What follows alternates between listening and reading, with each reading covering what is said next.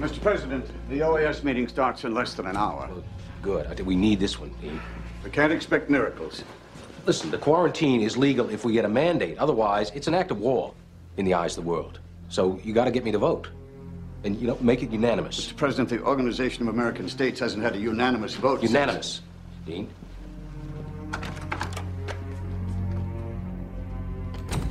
Ahora le pregunto al Consejo si aprueba la resolución de apoyo a la cuarentena de Cuba. Quienes aprueben, por favor. En contra. La resolución está aprobada por 19 votos confirmados. In accordance with this afternoon's vote at the Organization of American States, the quarantine will hereby be effective as of 10 o'clock tomorrow morning.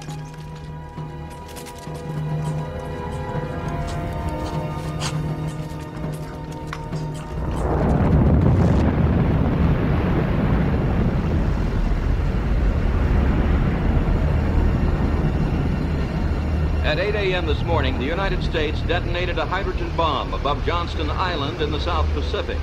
The blast was quickly condemned by the Soviet Union, who called upon all nations to denounce the United States for bringing the world to the brink of Who the destruction. hell authorized this test? Christ, what is this going to say to the Russians? They look warlike? Jesus Christ, we're lighting off nuclear weapons like it's our own private 4th of July. Well, you know what we should have done? We should have brought in the guys from the Atomic Energy Commission and talked this through. You know, looked at these tests a little harder before just giving the go-ahead.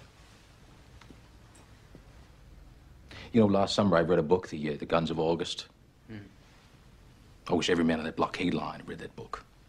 It's World War I. It's 13 million killed. It was all because the militaries of both alliances believed they were so highly attuned to one another's movements and dispositions they could predict one another's intentions. But all their theories were based on the last war. And the world and technology had changed, and those lessons were no longer valid. But it was all they knew, so the orders went out. Couldn't be rescinded. And your man in the field, his family at home, they couldn't even tell you the reasons why their lives are being destroyed. But why couldn't they stop it? What could they have done? Here we are 50 years later. I think one of their ships resists the inspection. And we shoot out its rudder and board. They shoot down one of our planes in response.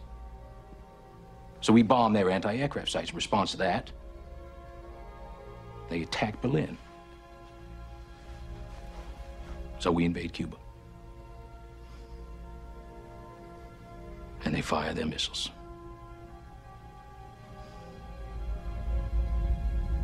And we fire ours. Time stood still. The shooting hadn't started yet, but there weren't any really encouraging signs that it could be avoided. But worried, alarmed, afraid perhaps even, the American public nonetheless appeared determined and resolved. This is Walter Cronkite. Good night.